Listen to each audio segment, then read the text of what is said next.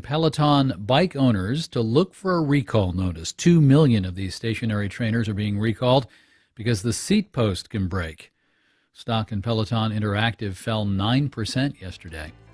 Our executive producer is Kelly Silvera. Our digital producer is Jarrett Dang. Our engineers are Jessen Duhler and Nick Esposito. I'm David Brancaccios. The Marketplace Morning Report. From 8 p.m., American Public Media. Wayne Hogan of the Terrell Hogan Personal Injury and Wrongful Death Law Firm. Injuries can happen when you least expect it. For over 40 years, our attorneys have dug out the facts to help juries decide what happened and who's at fault. More at waynehogan.law. Baptist Health is a proud supporter of First Coast Connect with Melissa Ross. Baptist Health, committed to building a healthier community for all of us. More info at 202-4YOU or baptistjacks.com. North Florida TPO, proud sponsor of WJCT's First Coast Connect, bringing to the community innovation in transportation planning, commuter services, clean fuels, and intelligent transportation systems. More at northfloridatpo.com. This is WJCT News 89.9 in Jacksonville. Ahead in the next 5 minutes, live local news for the First Coast from the WJCT News team.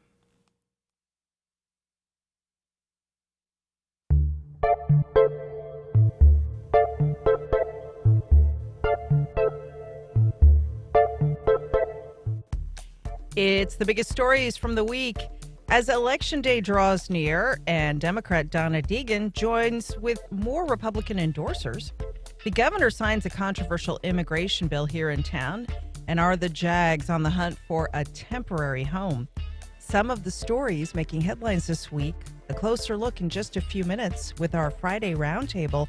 Then later in the hour, we'll preview the Psychedelic First show at the Florida Theater and speak with the band. And yes, we've got a ticket giveaway, so keep listening. It's all coming your way right after this news.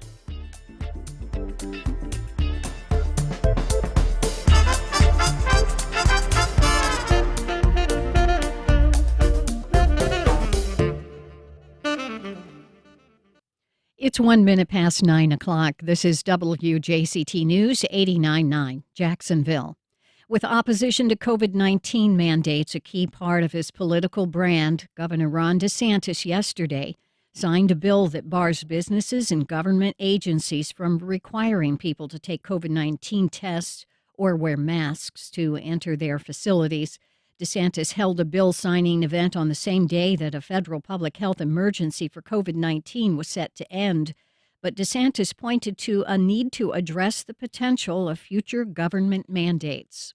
One of the reasons we're doing this bill is, yes, in Florida, we're glad that we stood firm, but a lot of the elites and the bureaucrats, they think that this response is how you should do it again in the future if something like that happens.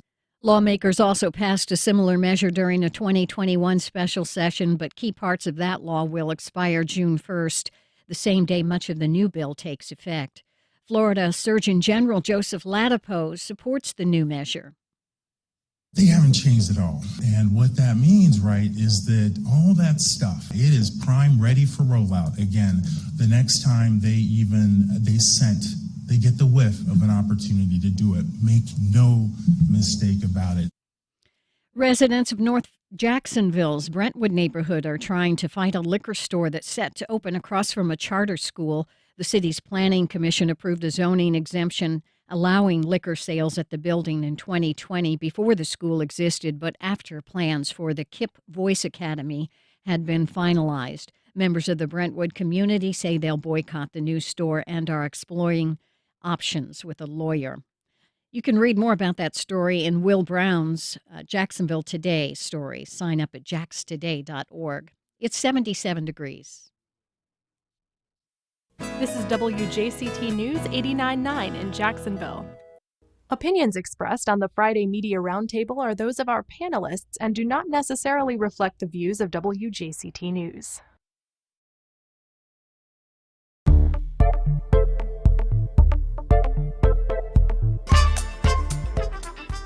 Just a few more days until Election Day in the city again.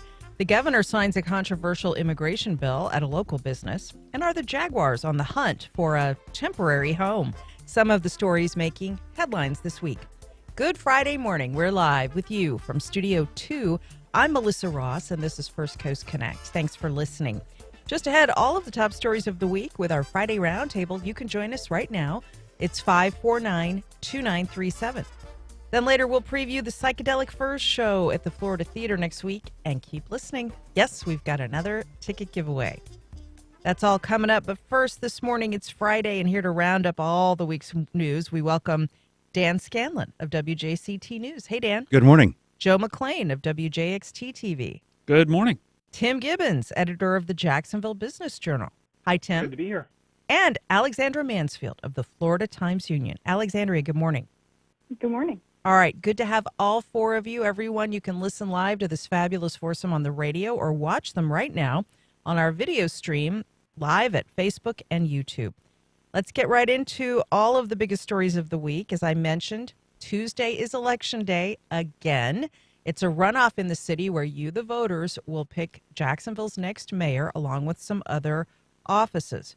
Now, as the candidates stump for every vote, we've seen them out there door knocking, sending out mailers, and doing all of those last-minute things. This week, the Democrat in the race, Donna Deegan, rolled out some new bipartisan endorsements. This is 2 Republicans and 1 Democrat who previously served on the city council. Former council president Scott Wilson, a Republican, and Eric Smith, a Democrat, were joined by Suzanne Jenkins, a former Republican member of the council, to endorse Deegan. Wilson saying, "I'm sick and tired of the divisive and negative attack ads coming from one group in Jacksonville. While I do not always agree with Donna Deegan, I do appreciate and respect her willingness to show up and face difficult questions." That's from former Republican City Council President Scott Wilson. Wilson and Jenkins, Republicans who've served on the council, joining 2 other high-profile Republicans in recent days who have endorsed Deegan, Matt Carlucci and Randy DeFore. Both Republicans on the current council have also crossed party lines to endorse Donna Deegan. So we're going to begin the hour with a closer look at this. You can give us a call now at 549-2937. Emails to firstcoastconnect@wjct.org. Tweets to @MelissaInJax. Facebook always open. Dan Scanlon, let's begin with you. Let's note that Daniel Davis, the Republican in the race, has garnered the endorsement of the governor, the mayor, and the sheriff. So those are powerful endorsements as well. That said, it is remarkable to see the Democrat, Donna Deegan, drawing so many Republican endorsers among current and former members of the Jacksonville City Council. Your thoughts? Well, Daniel Davis likes to tout that he has the experience, and he does certainly have some legislative experience. But Suzanne Jenkins started out as a grassroots protester of a cell phone tower in her Englewood neighborhood, got coverage in Newsweek magazine, and lo and behold becomes what I thought was a fairly effective city councilwoman, as well as a community involved leader, not unlike the way Donna Deegan is right now or heading into. So experience obviously doesn't have to mean elected legislative experience. And Donna certainly has been talking about her people powers and her organizational powers in her nice ads. And then Daniel Davis has been talking about his experience in his nice ads, because they are sometimes butted right next to each other on TV with the nice advertisements. And then comes the pack that talks about the Donna negative, this and Donna the negative that. Yes. messaging. Yeah.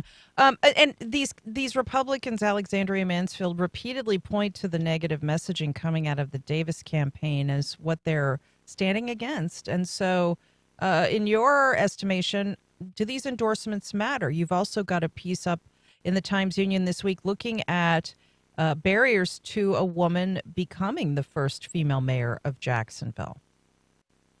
Yeah, I mean, I think it's a great question whether or not endorsements matter in any political race at all. But Hannah Holthouse wrote a really great story about the effects Hannah of wrote gender. that. Yep, thank you. Yep. Yeah, absolutely. And she spoke to some women who previously ran for mayor about what that experience was like, as well as some political experts from around the state about why Donna Deegan has made it farther than any other woman and what those effects are going to be. and how many women have already been elected mayor in other major cities around the state and even at the beaches here. Even at the beaches here, yes, we've had beaches mayors. We've had female leadership in Jacksonville, certainly in the nonprofit space. No female mayor as yet. 5492937. Early voting extends through Sunday in the race between Deegan and Davis. Joe McClain, Democrats have about a 4-point advantage in early voting and mail voting. Republicans will likely dominate Election Day turnout. So a lot will hinge on how these candidates get their voters out this weekend. Right, and that's really going to be, as we were kind of talking before the broadcast, it really is going to be turnout. And I think a factor that organizers are really going to need to think about is, I think, ballot fatigue. I mean, how many times in the past year have we had to fill out a ballot? It's been just more than normal, I have to say. The sheriff's race, the November election, the primaries. So are people tired of going to the polls? How much do they think that whoever sits in the mayor's office matters to them? So those are all really going to be questions. I do want to bring up, though, the recent, it wasn't an outright endorsement of the Deegan campaign, but certainly when former Sheriff Nat Glover came out and released a spot that Deegan's campaign really shared widely, admonishing really the tone, which has kind of been one of the main topics during this campaign, is the tone of the rhetoric going on in these campaign ads. Former sheriff, a very, very powerful, influential name. I've only been here 3 years, and I know that coming out and a rarely heard voice in these types of skirmishes. He did everything but endorse Deegan. Exactly. We'll go to your calls in a moment, 5492937. Of course, supporters of election reforms like ranked choice voting and other changes point out that if we had changes in place, there would be no need for a May runoff election. For the mayor's race, some city council races, the property appraiser's race between Jason Fisher and Joyce Morgan. Tim Gibbons, as Joe pointed out, everybody in this town who has a mailbox can't have missed the many, many, many flyers we've been getting in the mail for weeks now. And, every day we get these flyers and I kind of look through them as they come into the mail. And I think, obviously, these campaign consultants think these things work, or they wouldn't keep spending millions and millions of dollars on them. Well, if you're looking for a cheap wallpaper replacement, I mean, just stock some decoupage on that, and you can, use that to lower your heating bills or something. But you brought up the tone, and I think that is one of the interesting things in this race, where clearly voters are focused on things like, I know we'll talk about the Jaguar Stadium and affordable housing and future of downtown, all of these things that are very important to voters. But one of the issues that really does seem to be coming up in this election is this idea of what do we want our government to look like and sound like, and how combative should it be, and how should it treat citizens? And it's an interesting differentiator that I don't know if we've seen as much before, and is leading to the bipartisan endorsements.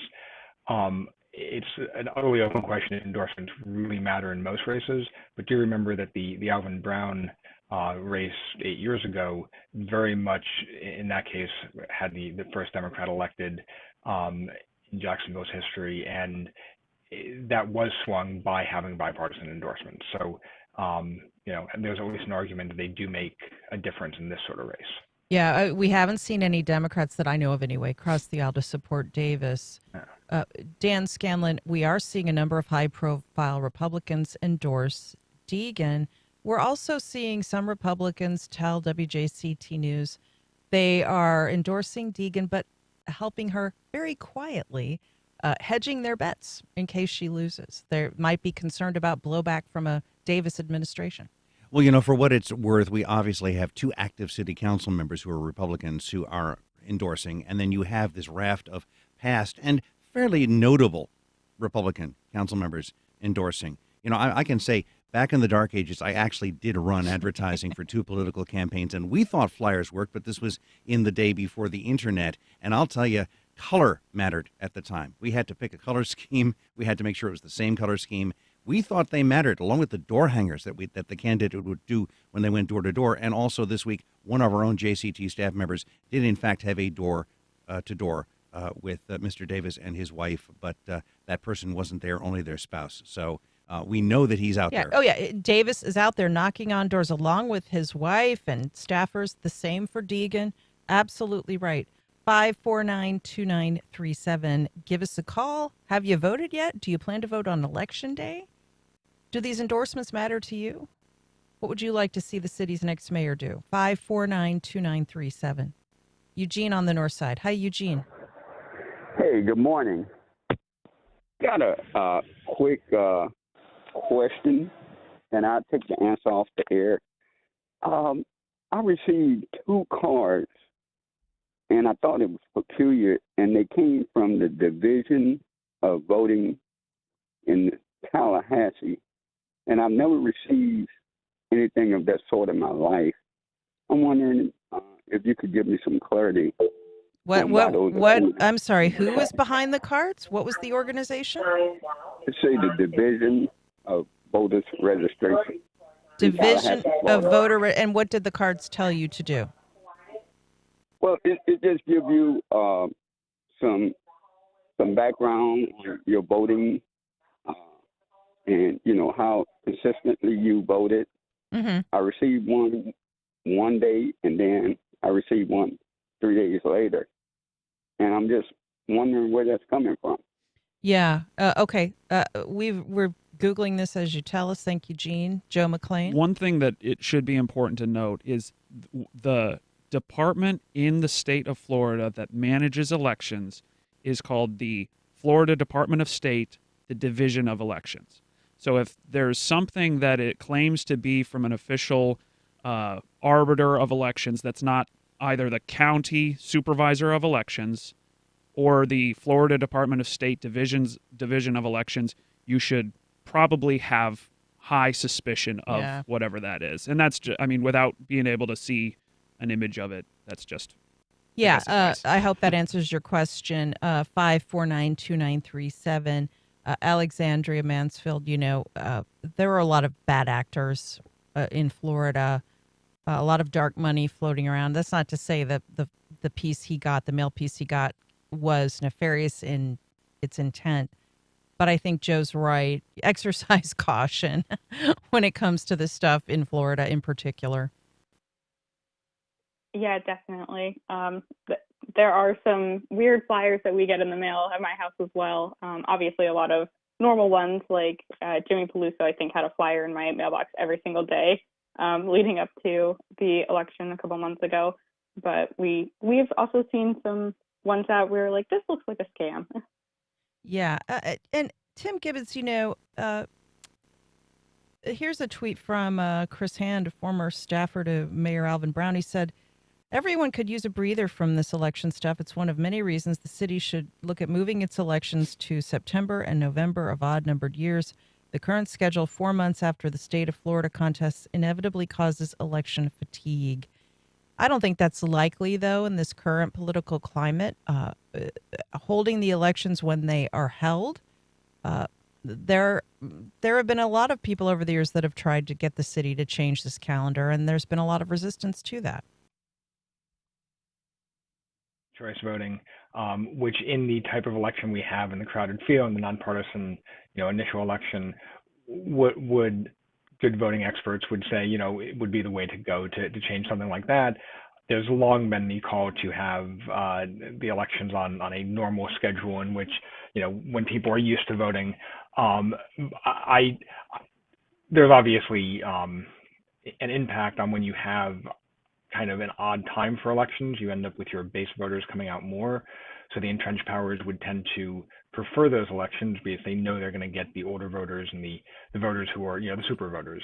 And I can't imagine in this climate making any change. Like you'd suggest something and immediately the two sides would line up, just because we can't agree on anything these days.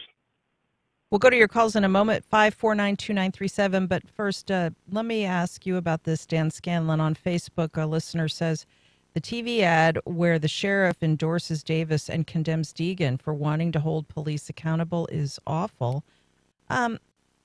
we've seen Davis alongside Sheriff T.K. Waters while he's wearing his uniform in a number of campaign appearances, including one that was hosted by a January 6th insurrectionist.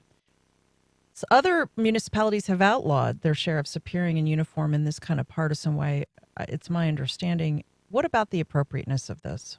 I was under the impression that if you're off duty, you can do it. Mm-hmm. And so therefore every police officer in uniform you're seeing in any of these ads is off duty doing it for their own purposes or for their own maybe not so public endorsement. So the sheriff obviously is an officer ultimately, and so I guess he can do what he wants.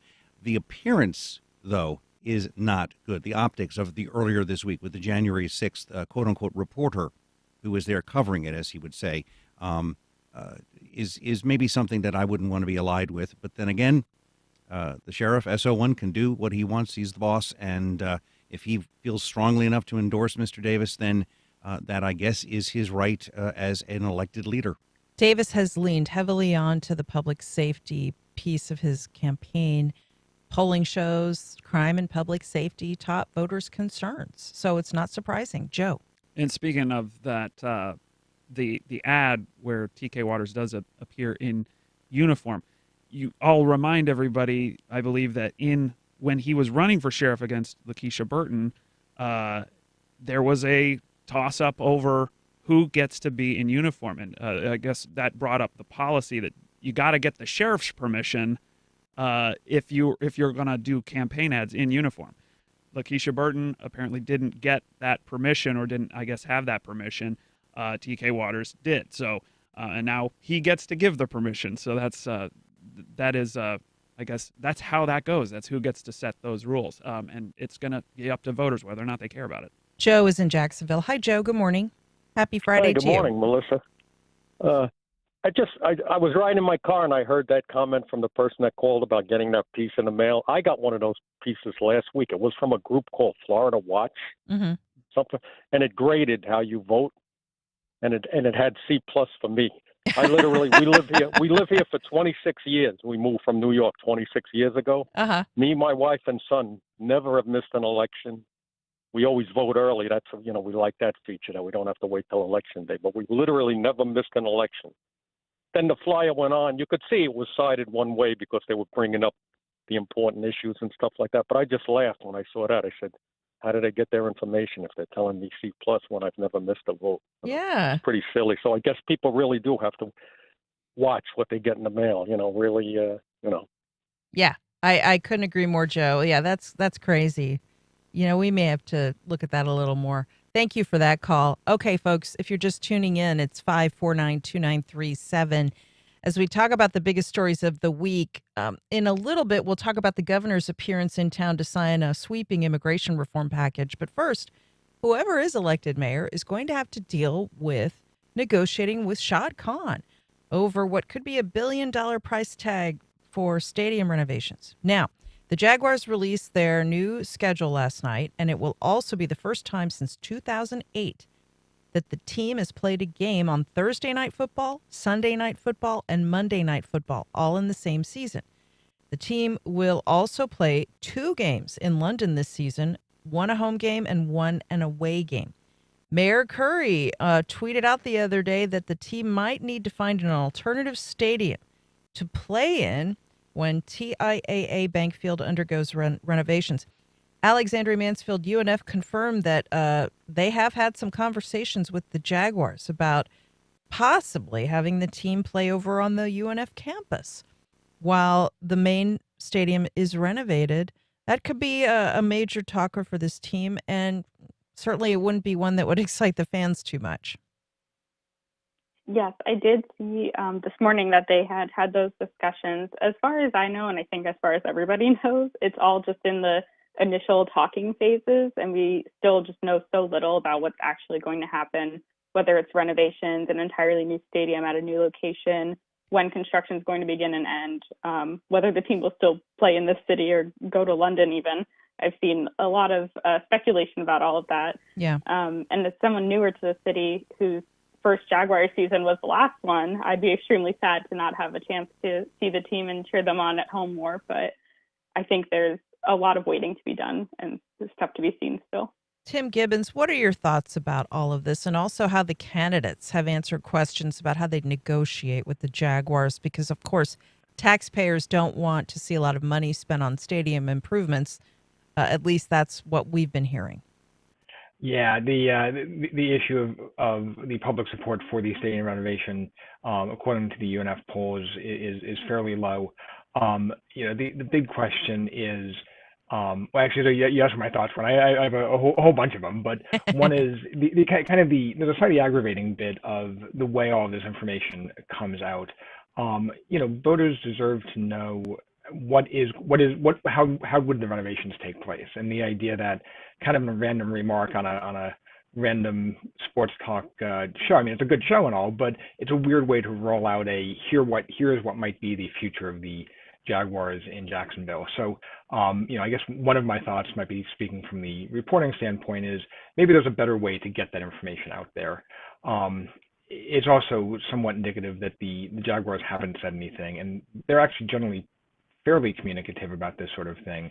If they are indeed planning on leaving Jacksonville for 2 years, it feels like something that there'd be something a little more rigorous or a little more official coming out from the team, and hopefully from city government, not just a random comment on a talk show. On a talk show. Dan Scanlon. Well, I'm looking at an image right now, Hodges Stadium, and according to the story that was in the TU, they'll seat about 12,000 people. Well, that's not going to cut it for the season ticket fan, number one, because they want to be someplace. So, and number two, I did cover the 2005 Super Bowl here in Jacksonville, and the NFL spent millions of dollars refurbishing 2 practice fields for the 2 teams. This turf is going to have to be redone. They'll have to add extra seats to UNF Hodges if they use it. They're going to have to add better facilities for broadcast, better facilities for the teams. In the end, UNF will be the winner, but there's going to be a lot of money spent. The other option, apparently, is there's also been discussions with the University of Florida. They do have a TV and national team-ready stadium, but will the Jacksonville fan want to drive to Gainesville to see a home game? They may not. It's not too far away. The team is doing so good, obviously, right now, thanks to Mr. Lawrence and others and a good coach, that we obviously have these El Primo TV spots now. If they continue to do well, yeah, I'll go to Gainesville. What the heck? There's good barbecue there. There's good restaurants. I can find a motel, Yeah, I mean, that's not a bad drive at all. But yeah. I think the logic is that Hodges would be the place at UNF, but it would have to be expanded. Parking would have to be expanded. Security, it's going to cost a lot for a lot of people to get that done, but at least it keeps it commutable for the Jacksonville area fan. 549-2937. Give us a call. Charlie at the Beaches. Hey, Charlie. Hey, guys. Hi, guys. I just one of the things that when this conversation generally comes up, what's not talked about is the number of jobs that are involved in that stadium and those football games. We're not talking about hundreds of jobs. We're talking about thousands of jobs. And the people that work those jobs are mixed race, mixed countries. So when you talk about what's going to happen with that stadium, remember, those people who work those jobs need that work. And not just the jobs that work there. You've got parking attendants, you've got food, you've got anything and everything. So it's very much a benefit, and please don't forget this, to thousands of citizens in Jacksonville that need those jobs. Thank you. Yeah, Charlie, thank you. Yeah, thanks for pointing that out. Yeah, Joe McClain, if the team sticks to Gainesville for 2 years, that's going to make an impact. This is the balancing act that any municipality does when they're talking about whether or not to invest in a sports franchise like this. I mean, on the one side, you have to understand that these are businesses. These are money-making, enterprises that are out to make a buck. And if they're going to get a better deal, if they're going to get better tax, if it makes dollars and cents, they'll up and move to a different city. At the same time, people do hesitate spending a lot of tax revenue, tax dollars on stuff like they do anything.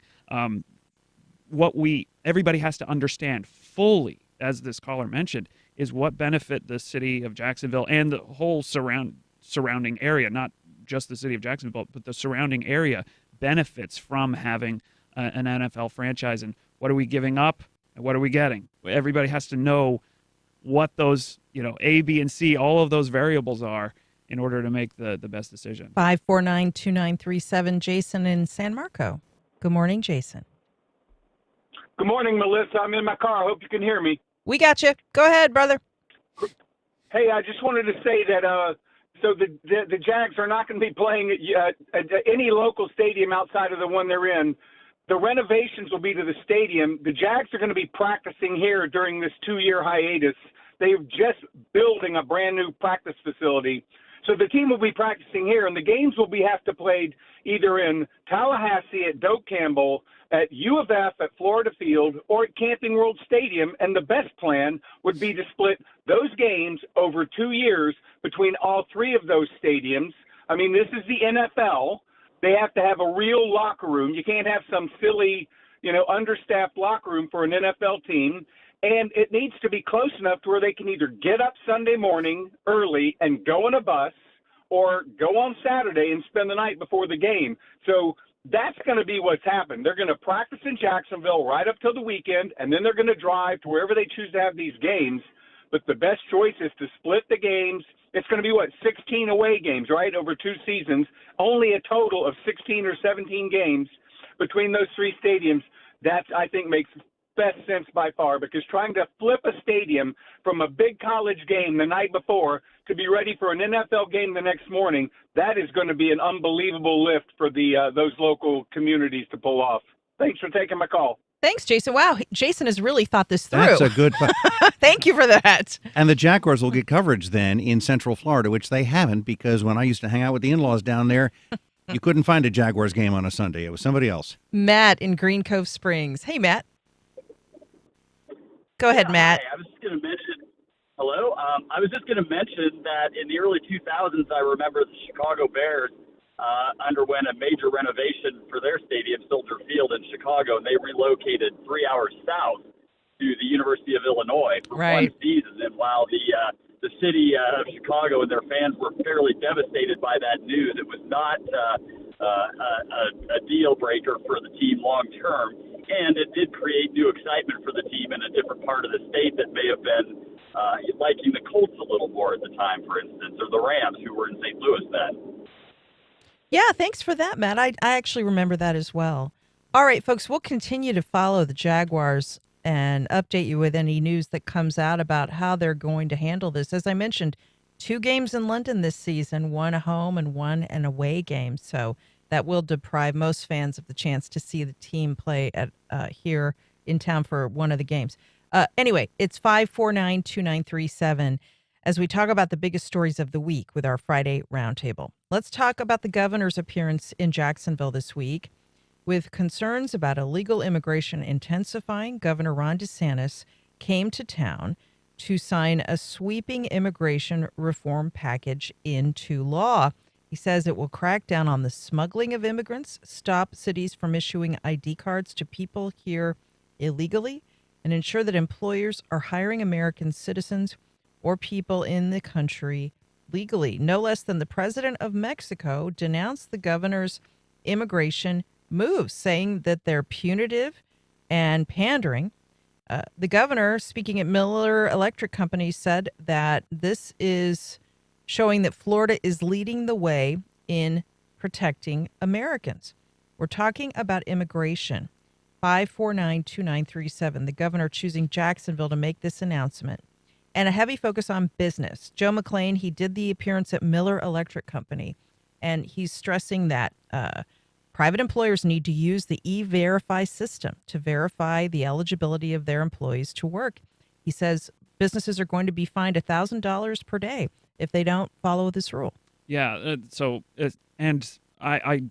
We cannot talk about this piece of legislation, though, without mentioning that this also allocates $12 million for the transport of migrants to other states. Of course, that is a thing that the DeSantis administration got really heavily criticized for, many critics calling it a stunt using human humans to sort of make a political statement and political stunt. It, as you mentioned, it imposes penalties on businesses who hire undocumented immigrants. It requires a citizen question for forms on patient forms in hospitals and stuff, and then also it won't recognize driver's licenses issued to undocumented immigrants from other states. So a lot of different pieces inside this bill. And obviously, it follows the expiration of Title 42 on the federal level. And a lot of governors are really kind of making,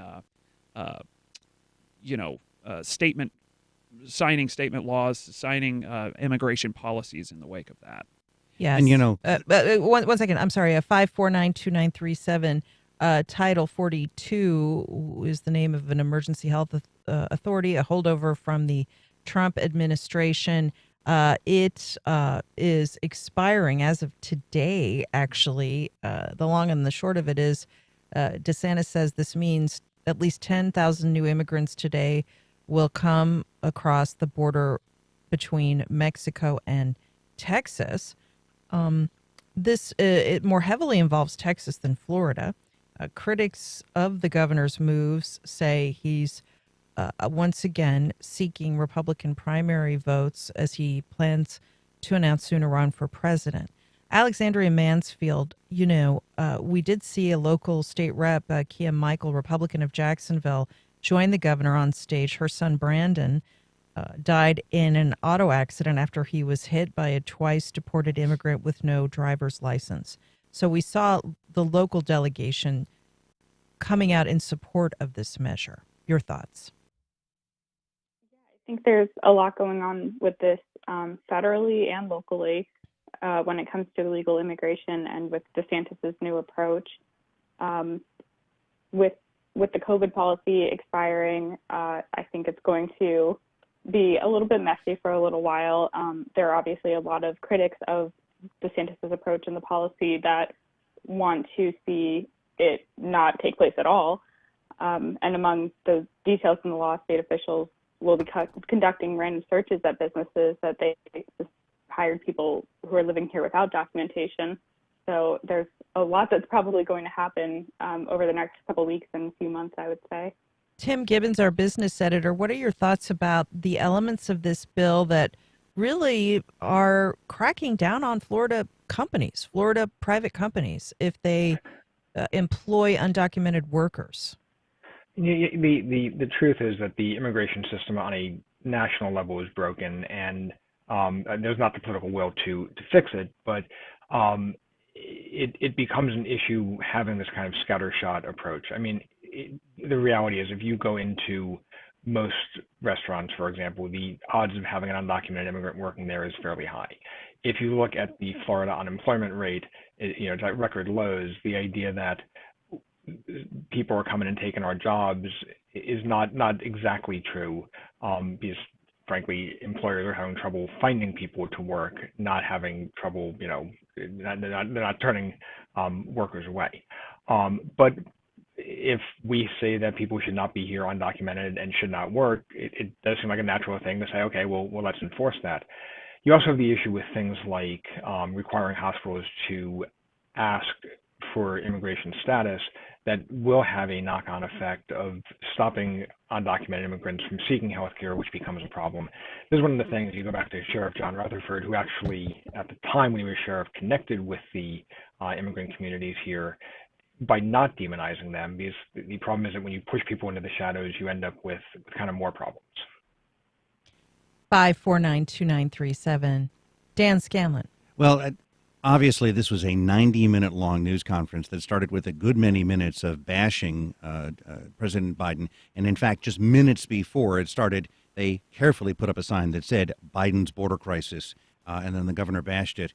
There were a lot of heartstrings pulled here. The two of the speakers both lost spouse or son to an undocumented alien in a car crash. And for Representative Michael of Jacksonville, her son Brandon was killed by someone who was apparently going to get paint. So the question brought up if this person was employed and the employer knew this was an undocumented alien, then that's the reason why parts of this bill should be going in. Plus, the question was never answered, although it was posted. If you're a church group transporting an undocumented alien to a hospital or a school, you're going to end up getting cited and fined as well, even if you are doing the work that you should be doing as a volunteer to help someone. So a lot of elements were brought out here. Dee on the east side. Hi, Dee. Good morning. Hi, good morning. I wanted to know if you had any thoughts about the controversy concerning Rory Diamond with the Canines for Warriors program. Yeah, there was a report this week in the Florida Trident looking at issues with City Councilman Diamond's leadership of the veterans nonprofit Canines for Warriors. And yes, that we're going to take a closer look at that. That was a deep dive into allegations that he was improperly managing Canines for Warriors. We can talk a little bit more about that next week on the program if we can identify corroborate some of that information. Thanks for that, Dee. Tom on the west side. Go ahead, Tom. Yes, good morning. Just wanted to point out that Governor DeSantis had to import the people that he exported from the state from Texas. And it's really embarrassing that whenever the governor has something really bad to say, he brings it to Jacksonville to unveil it. You know, thank you for that. The governor is going to step up migrant flights with taxpayer funds used to hire private vendors to transport more migrants from the border to northern states. They announced that this week as well. Yeah, those 49 migrants, actually, that he had flown to Martha's Vineyard. To the caller's point, those were migrants who were in Texas. And that was part of, I believe, the basis of a lawsuit that I believe is still in the courts. Don't fact check me on that. But that was something that DeSantis was heavily criticized for making that move. But yes, in this immigration bill that he signed, $12 million allocated for that purpose, for moving more migrants, more migrant flights. A listener emails the show, Democrats are also not in favor of an avalanche of millions crossing our borders. Just ask Democrats elected officials in the border states, he says.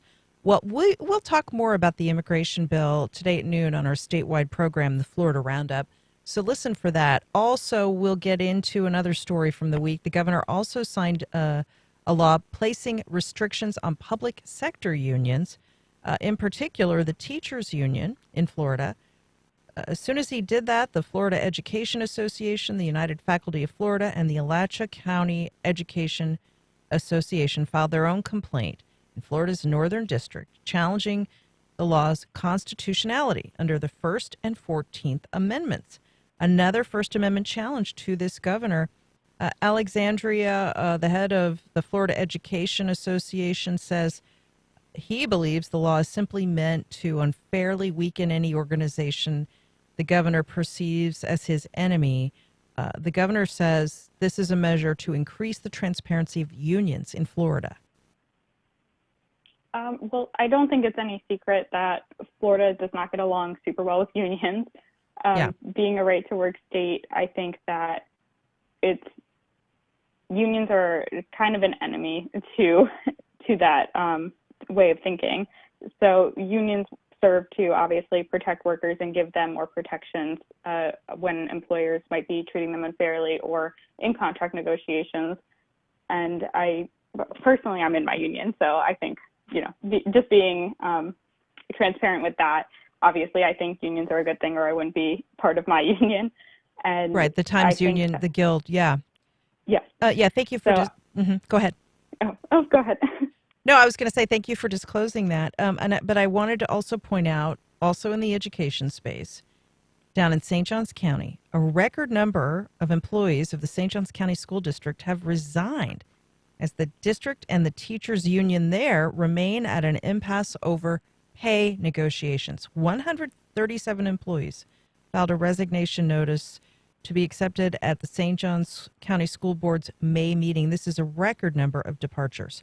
for the end of a school year. That includes the years that were upended by the COVID epidemic, as they are at an impasse in talks over pay and working conditions. Tim Gibbons, St. Johns County loves to tout the quality of its schools. We hear over and over again that people choose to buy a home in St. Johns County because they like the school district's reputation. How is this massive wave of resignations going to impact St. Johns County Schools' ability to maintain its reputation as teachers, not just in St. John's really, but across Florida, are fleeing the profession? Yeah, it's an issue, and it's an economic development issue. I mean, St. Johns County School District is a boon for economic development activity across the First Coast. When you're trying to attract a company to the area, knowing that people can buy a house in a Nocatee or wherever and send their kids to some of the best schools in the country is a huge selling point. But to do that, you need to have teachers, and as so often in these type of disputes, it's hard to have a teacher being told, yes, you're one of the best teachers in the country, and we're not going to pay you more. People like to rail against public employees not having the same sort of motivations that private sector employees have. But in this case, you kind of see that, hey, you're saying we're good teachers, you should pay us more. Seems like a pretty logical sort of argument. We'll continue to follow those negotiations. And before we say goodbye, so much news happens every week that might have escaped your attention. So it's time to go around the horn and see what's on everyone's mind. Yes, time for the lightning round. Dan Scanlon, go ahead. The USS Orlok reopens to the public on Memorial Day weekend. They're having a private ceremony today to celebrate its, 80th anniversary or whatever, but they reopen, and they're at their new home now called the Navy Pier. I love that. A little tip of the hat to the Chicago Navy Pier. Aren't they having a concert or something? They over plan there a 5 o'clock concert on Yeah. Saturday of Memorial Day weekend. It's an extra admission. I don't know what it is. I have a story right now on WJCT News that talks about the fact that they're finally reopening. So I can't wait to go. I can't wait to actually take the tour as a paying customer. Yeah, check that out, Memorial Day weekend. Joe McLean. I did want to correct something I said earlier. That federal lawsuit over the migrant flights was dismissed by a federal judge. Just wanted to correct that. Also, a little bit of personal news. This is my last time on the Friday Media Roundtable for WJCT. This 1 week from today, I'm moving away from Florida back to my home state of Missouri to take over a statewide political reporting job. But Melissa, thank you. Dan, thank you. Everybody in the back room, thank you so much for having me on. Thank you for appearing, and we're going to miss you, Joe. Yes. And we wish you the best in Missouri. Thank you so much. You're going to show them in the Show Me State. Heck yes. Yeah. Alexandria Mansfield. Well, it's Mother's Day this weekend, so everything that's been on my mind has been, mostly looking for a place to take my mom to brunch. I'm a little late making reservations, but that's basically the news that I've been following, is trying to figure out what cool restaurants are new in town. Oh, there you go. Yeah, it's always hard to get a reservation on this date on the calendar for brunch, and I wish you the best of luck. Tim Gibbons. Thank you, I need it. Development in Springfield. We have a big story that came out that we broke this morning on a new multifamily mixed-use development planned in the Springfield neighborhood near downtown. One of the multiple multifamily developments there, which will have an interesting impact on the urban core and the area around it. So check that out. JacksonvilleBusinessJournal.com for more details. Check that out, folks. And as I mentioned a minute ago, be sure to tune in today at noon for the Florida Roundup, our live statewide call-in program. Co-host Danny Rivero down in Miami and myself up here in Jacksonville will take a closer look at the governor's immigration moves and education reforms and what they mean for Florida. And make sure to listen to What's Health Got to Do with It this weekend on 89.9 with our host, Dr. Joe Servin of the Mayo Clinic. And I want to thank all of you for being here as always. Dan Scanlon, Joe McLean, Alexandria Mansfield, and Tim Gibbons. Have a great Mother's Day weekend. Thank you all so much. You too. Thank you. Thank you. Okay, up next, how you can be part of WJCT.org. This week on Science Friday, Star Trek has lived long and prospered. Space, the final frontier. a dozen shows over the last 60 years. We'll chat with Dr. Erin McDonald, Star Trek science advisor, about how seriously they take their science in Star Trek. That's on Science Friday from WNYC Studios. This afternoon at 3, here on WJCT News 89.9. The COVID-19 public health emergency is over, and with it comes a huge test at the border and a host of pandemic-era rules that many came to rely on. Also, it's a witch hunt. Congressman Santos pleads not guilty to financial crimes, and the first over-the-counter birth control pill takes a big step forward. More on the Roundup next time on 1A. Today, starting at 10 on WJCT News 89.9.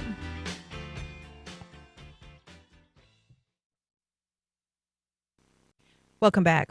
Well, today at noon on the Florida Roundup, we'll take a closer look at the new crackdown on undocumented workers in Florida. In South Florida, there are reports that it's keeping some from showing up to work. That's today at noon, live statewide on the Florida Roundup with my co-host Danny Rivero and me. And then this weekend, it's What's Health Got to Do with It? Host Dr. Joe Servin of the Mayo Clinic will unlock the mysteries of menopause. I could tell him all about that, by the way. I know all the answers to that one, Dr. Joe. Tune in tomorrow at 4 p.m. and Sunday at 9 p.m. for What's Health Got to Do with It. And WJCT Public Media will host its 7th annual Be My Neighbor Day. That's a free, family-friendly event open to the public. In the tradition of Mr. Rogers' Neighborhood and the new generation of Daniel Tiger's Neighborhood, this festival is about sharing with families how to be a good neighbor. You'll have the opportunity to meet neighbors from JSO, the Early Learning Coalition of Duval, Blue Star Families, the Jacksonville Humane Society, and many more, as well as engage in some fun and educational activities. Now, this is free, and families always come out in droves to this event. The kids want to see all the PBS Kids characters. It's so much fun. It's free, folks. But space is limited, so sign up now at wjct.org/events for WJCT's annual Be My Neighbor Day. Saturday, May 13th, that's tomorrow, from 10 a.m. to 2 p.m., right here at our WJCT studios. Reserve your spot now at wjct.org/events. Well, finally, this hour, they are the legendary post-punk band, first founded in London in 1977. Led by lead vocalist Richard Butler and his brother Tim Butler on bass guitar, the Psychedelic Furs are one of the many acts spawned from the British post-punk scene. Now, their music went through several phases, from an initially austere art rock sound to later hitting on new wave and hard rock vibes. Who can forget their hits, particularly in the 80s, when filmmaker John Hughes used their iconic song, Pretty in Pink, for his film of the same name. Now, the Furs went on hiatus after they finished a tour in the early 90s, but then they started back up again in 2000, and they continue to perform live. The band released Made of Rain, their first studio album in nearly 3 decades, right as the pandemic began in 2020. They're back on the road again. I spoke with Furs bassist Tim Butler about the new music and how the band is enjoying getting out on tour. It's a preview of their show at the Florida Theater next Tuesday night. Take a listen. Hey, Tim, good to talk to you. Tell us a little bit about the show. Exciting that you're coming to town to perform in May. Well, these shows, since Made of Rain finally came out, it's very exciting to do shows, especially in, areas that we haven't performed the material in, because it took so long for us to get a new album out after, the World Outside, which was the early 90s. So it's just great to get out there finally and give our fans new material. Yeah, that's right. Tell us about Made of Rain, which you first released, as you said, back in 2020. Well, it was supposed to be out before that, but of course the pandemic happened. We had a tour planned and everything, and the pandemic happened. But it took us quite a while to get it together, because through the 90s, we took back a hiatus, which ended up being longer than we'd initially planned. And when we finally got back together, we were a bit nervous of bringing out a new album, because it had been so long. And we were also nervous that it might not stand up alongside our 80s albums. But it got to a stage where, you know, people were in the band were giving ideas to Richard, and we finally got enough together for, you know, good ideas together, we thought, for an album. So it was like, hey, you know, if you don't risk it, we're never going to find out. So we recorded it very quickly in about, I think it was about a month altogether in 2 different segments, and it came out and got great reviews, which made us, you know, it makes us excited about doing more new material. That's excellent. So decades of music for you guys, and what's it like touring alongside Evan Dando?